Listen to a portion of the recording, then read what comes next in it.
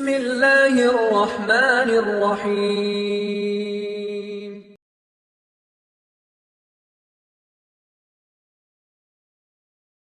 இந்த நாட்களில் நோன்பு வைக்கலாமா? இதில் வரக்கூடிய 10 நாளில் 10வது நாள் நோன்பு வைப்பது ஹராம். ஏன்? ஈதுடைய நாள். இந்த 10வது நாளை தவிர வரக்கூடிய 9 நாளும் நோன்பு வைப்பது சுன்னாவா? முஸ்லிம் ரஹிமஹுல்லா இல்மை தேடக்கூடிய மாணவர்கள் என்பதால் இந்த விளக்கங்களை கொடுக்கிறேன். முஸ்லிம் ரஹிமஹுல்லா அவர்கள் சொன்னார்கள், ஆயிஷா ரலியல்லாஹு அன்ஹா அவர்கள் கூறுவதாக, மா ரஅய்து ரசூலுல்லாஹி ஸல்லல்லாஹு அலைஹி வஸல்லம் ஸாயிமன் ஃபில் அஷ்ர் கத்து. கொஞ்சம் குழப்பமா இருக்கும், புரிய முயற்சி. அல்லாஹ்வுடைய தூதர் துல்ஹஜ் மாதத்துடைய முதல் 10 நாட்களும் ஒருபோதும் நோன்பு வைத்ததில்லை. யாருடைய அறிவிப்பு? ஹஃப்ஸா ரலியல்லாஹு அன்ஹா யார்? அல்லாஹ்வுடைய தூதருடைய மனைவிதான். நஸை போன்ற கிரந்தங்களில் சஹீஹான அறிவிப்பாக பதிவு செய்யப்படுகிறது, லம் யத ரசூலுல்லாஹி ஸல்லல்லாஹு அலைஹி வஸல்லம் ஸியாம திஸ்இல் ஹிஜ்ஜா.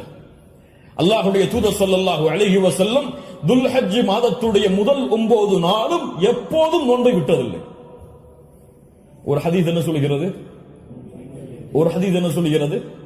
இப்ப இரண்டுக்கும் முரண்பாடு வருகிறது. இரண்டையும் மறுத்து விடலாமா? உலமாக்கள் இரண்டையும் எப்படி சேர்த்து புரிவது என்பதை சொல்லுகிறார். இதான் ஃபஹ்மு ஃபில் இல்ம், இல்மை புரிந்து கொள்வதுடைய அடிப்படை. எப்படி இரண்டையும் சேர்த்து பார்ப்பது? ஆயிஷா ரலியல்லாஹு அன்ஹா என்ன சொல்கிறார்கள்? முதல் இரண்டு அடிப்படைகள் புரிவது. முதல் அடிப்படை, ஆயிஷா ரலியல்லாஹு அன்ஹா என்ன சொல்கிறார்கள்? அல்லாஹ்வுடைய தூதர் 10 நாளும் துல்ஹஜ் மாதத்திலே நோன்பு வைத்ததில்லை. ஏன் 10 நாளும் ஒருவரால் நோன்பு வைக்க முடியாது? ஏன்? 10வது நாளில் ஈத் வருகிறது. அதனால் அல்லாஹ்வுடைய தூதர் 10 நாளும் என்று சேர்த்து சொல்கிறார்களே தவிர முதல் 9 நோன்பு வைக்கவில்லை என்று ஆயிஷா ரலியல்லாஹு அன்ஹா சொல்லவில்லை. 10 நாளும் சேர்த்து நோன்பு வைக்கவில்லை என்று ஆயிஷா ரலியல்லாஹு அன்ஹா சொல்கிறார்கள் என்று புரிந்தால் இது சிறந்தது. அப்படியும் இல்லை என்றால் ஹதீஸ் கலையிலே ஒரு சட்டம் இருக்கிறது, கவுலுல் முஸ்பித் முகத்தமுன் அலா கவுலின் நஃபி. மறுக்கக்கூடியவருடைய சொல்லை விட உறுதிப்படுத்தக்கூடியவருடைய சொல்லுக்கு பலம் அதிகம். மறுப்பவர் மறதியில் மறுக்கலாம், ஆனால் உறுதிப்படுத்துபவர் மறதியிலோ அல்லது இட்டுக்கட்டப்பட்ட நிலையிலோ உறுதிப்படுத்த மாட்டார். ஒன்று பார்க்காமல் இருக்கலாம், அல்லாஹ்வுடைய தூதருடைய வாழ்வில் அவர்கள் அதை பார்க்காமல் இருக்கலாம். அந்த நாளில் அல்லாஹ்வுடைய தூதர் ஆயிஷா ரலியல்லாஹு அன்ஹாவோடு இல்லாமல் இருந்திருக்கலாம். ஆனால் ஹஃப்ஸா ரலியல்லாஹு அன்ஹா உறுதிப்படுத்துகிறார்கள். உறுதிப்படுத்துபவர் மறதியில் உறுதிப்படுத்த முடியாது, உறுதிப்படுத்துபவர் பார்க்காமல் உறுதிப்படுத்த முடியாது. அதனால் இந்த சட்டத்தின் அடிப்படையிலும் அல்லாஹ்வுடைய தூதர் 9 நாள் நோன்பு வைத்தார்கள் என்ற ஹதீஸ் தான் உயர்ந்த தரமுடையது என்று ஹதீஸ் கலையுடைய அறிஞர்கள் விளக்கம் சொல்கிறார்கள். அதனால் சட்டம் என்னவென்றால் 9 நாளும் நோன்பு வைப்பது சுன்னா. யாருக்கு இயலுமோ யாருக்கு முடியுமோ அவர்கள் துல்ஹஜ் மாதத்துடைய முதல் 9 நாட்களும் நோன்பு வைப்பது சுன்னா. 10வது நாள் நோன்பு வைப்பது ஹராம். நோன்புடைய சிறப்புகளை பற்றி நமக்கு தெரியும். அல்லாஹ்வுடைய பாதையில் ஒருவர் அல்லாஹ்வுடைய முகத்தை நாடி ஒரு நாள் நோன்பு வைத்தால் பஅதல்லாஹு வஜ்ஹஹு அனின் நாரி 70 ஹரீஃபா. ஹரீஃபா என்றால் ஆம். அல்லாஹ்வுடைய தூதர் ஸல்லல்லாஹு அலைஹி வஸல்லம் சொன்னார்கள், அல்லாஹ்வுடைய பாதையில் அல்லாஹ்வுடைய முகத்தை நாடி ஒருவர் ஒரு நாள் நோன்பு வைத்தால் அல்லாஹ் ரப்புல் ஆலமீன் அவருடைய முகத்தை நரகத்தில் இருந்து 70 ஆண்டுகள் தூரமாக்குகிறார். அல்லாஹ் அக்பர். அல்லாஹ் ரப்புல் ஆலமீன் அந்த பாக்கியத்தை நமக்கு கொடுப்பானாக. அல்லாஹ்வுடைய தூதர் ஸல்லல்லாஹு அலைஹி வஸல்லம் துல்ஹஜ் மாதத்துடைய முதல் 10 நாட்களில் வரக்கூடிய யௌமு அரஃபா, அரஃபாவுடைய தினத்துடைய சிறப்பை பற்றி சொன்னார்கள். மா மின் யௌமின் அக்ஸர மின் அய்யுஅதிகல்லாஹு ஃபீஹி அப்தன் மினன் நார் மின் யௌமி அரஃபா. அல்லாஹ் ரப்புல் ஆலமீன் அதிகமான நரக விடுதலையை கொடுக்கக்கூடிய நாள் அது அரஃபாவுடைய நாள் தான். அரஃபாவுடைய நாளில் அல்லாஹ் முதல் வானத்திற்கு வருகிறான். எப்படி வருகிறான்? ஏன் வருவான் தெரியாது. அல்லாஹ் வருவான். அவன் விரும்புகின்ற முறையில் அல்லாஹ் வருவான். என்ன செய்வான்? கேட்பான், மா இவர்கள் எதை விரும்புகிறார்கள்? மா அராத ஹவுலா, இவர்கள் எதை விரும்புகிறார்கள்? வேறொரு ஹதீஸிலே அல்லாஹ் ரப்புல் ஆலமீன் அங்கே கூடியிருக்கக்கூடிய எல்லோருக்கும் அல்லாஹ் மன்னிப்பை வழங்குவான். அல்லாஹ் ரப்புல் ஆலமீன் அப்படிப்பட்ட மன்னிப்பாளர்களாக ஹஜ் செய்த நம்முடைய முஸ்லிம்களையும் மூமின்களையும் அல்லாஹ் ஆக்குவான். அல்லாஹ்வுடைய தூதர் ஸல்லல்லாஹு அலைஹி வஸல்லம் சொன்னார்கள், அரஃபாவுடைய அந்த இடத்தில் ஒன்று கூற முடியாத மூமின்களை, ஹஜ்ஜுக்கு செல்ல முடியாத மூமின்களுக்கு அல்லாஹ்வுடைய தூதர் சொன்னார்கள், ஸியாமு யௌமி அரஃபா. அரஃபாவுடைய நாளில் நோன்பு வைப்பது அவருடைய முன் சென்ற ஒரு வருடத்துடைய பாவத்திற்கும் பின் சென்ற ஒரு வருடத்துடைய பாவத்திற்கும் பாவ மன்னிப்பாக இருக்கும். அல்லாஹ் அக்பர். முன் சென்ற வருடத்துடைய ஒரு வருட பாவம், பின் சென்ற வருடத்துடைய ஒரு வருட பாவத்திற்கு மன்னிப்பாக அமையும் என்று அல்லாஹ்வுடைய தூதர் ஸல்லல்லாஹு அலைஹி வஸல்லம் சொன்னார்கள். அல்லாஹ்வுடைய தூதர் ஸல்லல்லாஹு அலைஹி வஸல்லம் சொன்னார்கள், அஃதலுத் துஆ துஆஉ யௌமி அரஃபா. துஆக்களில் மிக சிறந்தது அரஃபாவுடைய தினத்தில் கேட்கப்படும் துஆவாகும். அல்லாஹ்வுடைய தூதர் ஸல்லல்லாஹு அலைஹி வஸல்லம் சொல்லிவிட்டு சொன்னார்கள், நானும் எனக்கு முன்னால் சென்ற நபிமார்களும் கூறிய வார்த்தைகளில் மிக சிறந்தது எது? லா இலாஹா இல்லல்லாஹ் வஹ்தஹு லா ஷரீக லஹ். லா இலாஹா இல்லல்லாஹ் வஹ்தஹு லா ஷரீக லஹ். இதுதான் மிகச் சிறந்தது அரஃபாவுடைய தினத்தில் கேட்கப்படக்கூடிய துஆ. கண்ணியத்துக்குரியவர்களே, இந்த 10 நாட்கள் அதிகமான அமல் செய்யக்கூடிய மூமின்களாக இருப்போம். இந்த 10 நாளை எப்படி கண்ணியப்படுத்த வேண்டுமோ அந்த கண்ணியப்படுத்தினால் அல்லாஹ் ரப்புல் ஆலமீன் இந்த நாட்களுக்குரிய கூலி. உதுஹியாவுடைய ஒரு சிறிய சட்டத்தை மட்டும் கூறிவிட்டு இந்த 10 நாட்களில் அடங்கி இருக்கக்கூடிய இந்த உதுஹியா என்ற கடமையுடைய ஒரு சிறிய சட்டம் என்னவென்றால், அல்லாஹ் ரப்புல் ஆலமீன் உதுஹியா என்றால் அல்லாஹுடைய பெயரை கொண்டு அல்லாஹுடைய முகத்தை நாடி ஒட்டகத்தையோ மாட்டையோ ஆட்டையோ யௌமுன் நஹர் யௌமுல் ஈத் அன்று அல்லது அய்யாமுத் தஷ்ரீக் அதற்கு தொடர்ந்து வரக்கூடிய 11, 12, 13 இந்த நாட்களில் அல்லாஹ்வை நெருங்குவதற்காக இந்த 3 விலங்கினங்களையும் அறுத்து பலியிடுதல் தான் உதுஹியா. அல்லாஹ் ரப்புல் ஆலமீன் கூறுகிறான், இன்னா அத்தய்னாக அல் கௌசர். அல்லாஹ் ரப்புல் ஆலமீன் நபியே கௌசர் என்ற தடாகத்தை உமக்கு வழங்குகிறான்.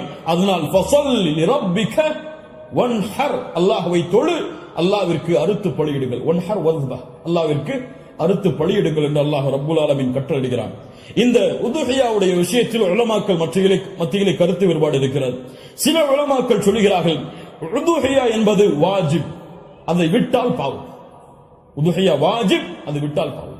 ஆனால் ஜும்ஹூர் அஹ்லுல் இல்ம் உலமாக்களுடைய ஒட்டுமொத்த கூட்டத்துடைய கருத்து என்னவென்றால், பெரும்பான்மையான உலமாக்களுடைய கூட்டத்துடைய கருத்து என்னவென்றால், உதுஹியா சுன்னah, விட்டால் மக்ரூஹ், விட்டால் வெறுக்கத்தக்கது. அல்லாஹ்வுடைய தூதர் தங்களுடைய இறுதி 10 ஆண்டுகளில் ஒருபோதும் உதுஹியாவை தாங்கள் கரத்தால் அறுப்பதை விடவில்லை. இது சுன்னah, ஆனால் விட்டால் பெரும்பாவம் கிடையாது, வெறுக்கத்தக்கது. கண்ணியத்துக்குரியவர்களை யாருக்கு அல்லாஹ் வசதி செய்திருக்கிறானோ அவர்கள் எவ்வளவு விலங்கு அந்த ஆடுகளையோ மாடுகளையோ ஒட்டகங்களையோ அறுத்து பலியிட முடியுமோ அவர்கள் அறுத்து பலியிடலாம். ஒருவருக்கு ஒரு ஆடுதான். ஒரு மாட்டை ஒருவர் முழுவதாக அறுப்பதற்கு அவருக்கு செல்வம் இருந்தால், வசதி இருந்தால் அறுக்கலாம். அல்லது அந்த மாட்டை 7 பேர் பங்கு கொள்ளலாம். ஒட்டகமாக இருந்தால் அவர்களும் அதில் 7 பேர் பங்கு கொள்ளலாம். இப்படி ஒரு ஆட்டை ஒருவர், மாடை 7 பங்காக வைக்கலாம், ஒட்டகத்தை 7 பங்காக வைக்கலாம். அல்லது ஒட்டகம் முழுவதையும் ஒருவர் கொடுக்கலாம், மாடு முழுவதையும் ஒருவர் கொடுக்கலாம்.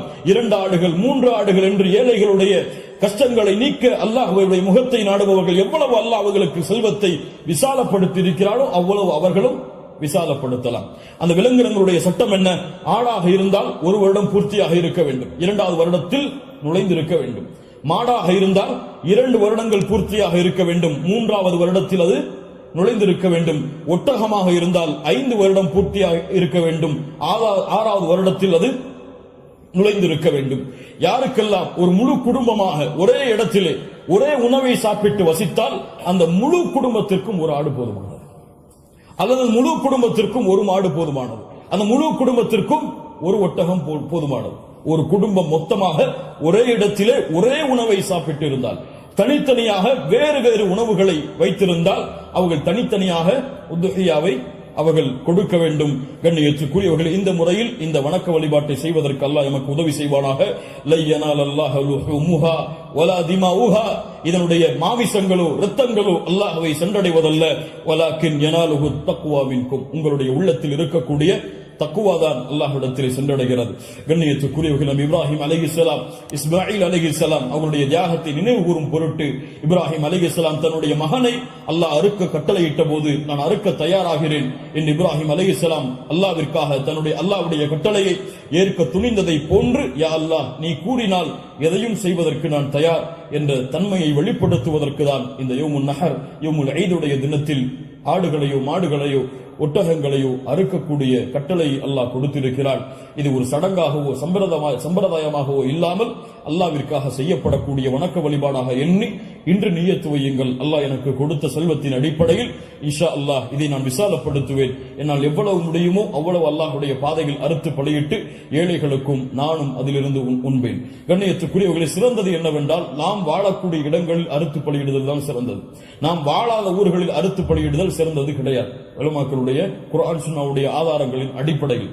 அதனால் நாம் அறுத்து முழுவதுமாக நாம எடுத்துக்கொள்ளலாம், அல்லது ஏழைகளுக்கு முழுவதுமாக கொடுக்கலாம், உறவினர்களுக்கு முழுவதுமாக கொடுக்கலாம்.